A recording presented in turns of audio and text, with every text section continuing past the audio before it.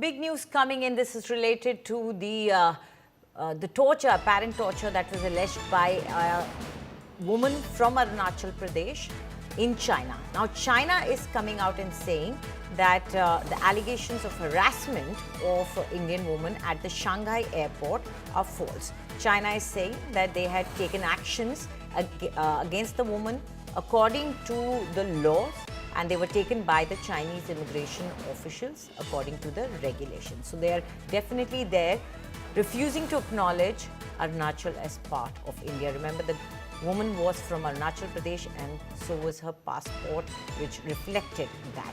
Joining us for more on this is India Today Global's Pranay Upadhyay. Pranay, they are clearly not stating as to why the woman was stopped, but they are saying that it is according to their regulations. Now, how do we perceive this?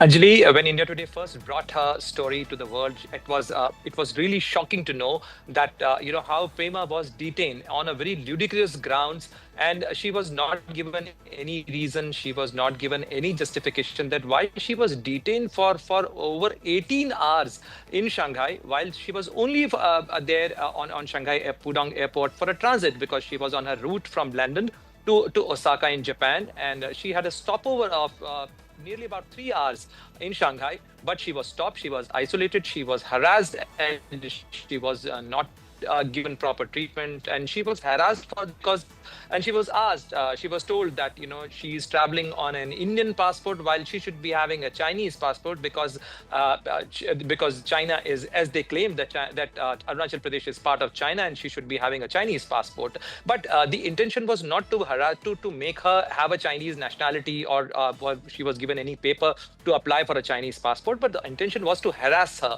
And the way she was detained for about 18 hours, and the kind of treatment she was given to, this was clearly a case of harassment, and that's why the government of India has raised it in a strongest term, both in New Delhi and in Beijing, and as well as in Shanghai at the level of the local authorities, that how an Indian national born in Arunachal Pradesh was detained, and the kind of treatment she was subjected to in China was totally unacceptable. And Arunachal Pradesh will remain an integral part of India. And in fact, the government of India has also raised the issue that this behavior of the Chinese immigration authorities, as well as of the Chinese Eastern Airlines staff there, was actually in contravention. It's in contradiction with the Chicago and the Montreal Convention, which actually ensure the right of the civilian passengers, across the airlines, and while they travel for transit, because when you travel on any airport or any airline, you are on an air side. You are not entering a territory of a country when you are on a transit flight. So clearly, Prema Wangjom Thangdok, she was subjected to this harassment. Now, the government of India has taken up this issue with the Chinese authorities, and asked them in strongest terms that they shouldn't be subjecting any Indian citizen, be it Arunachal born or any other,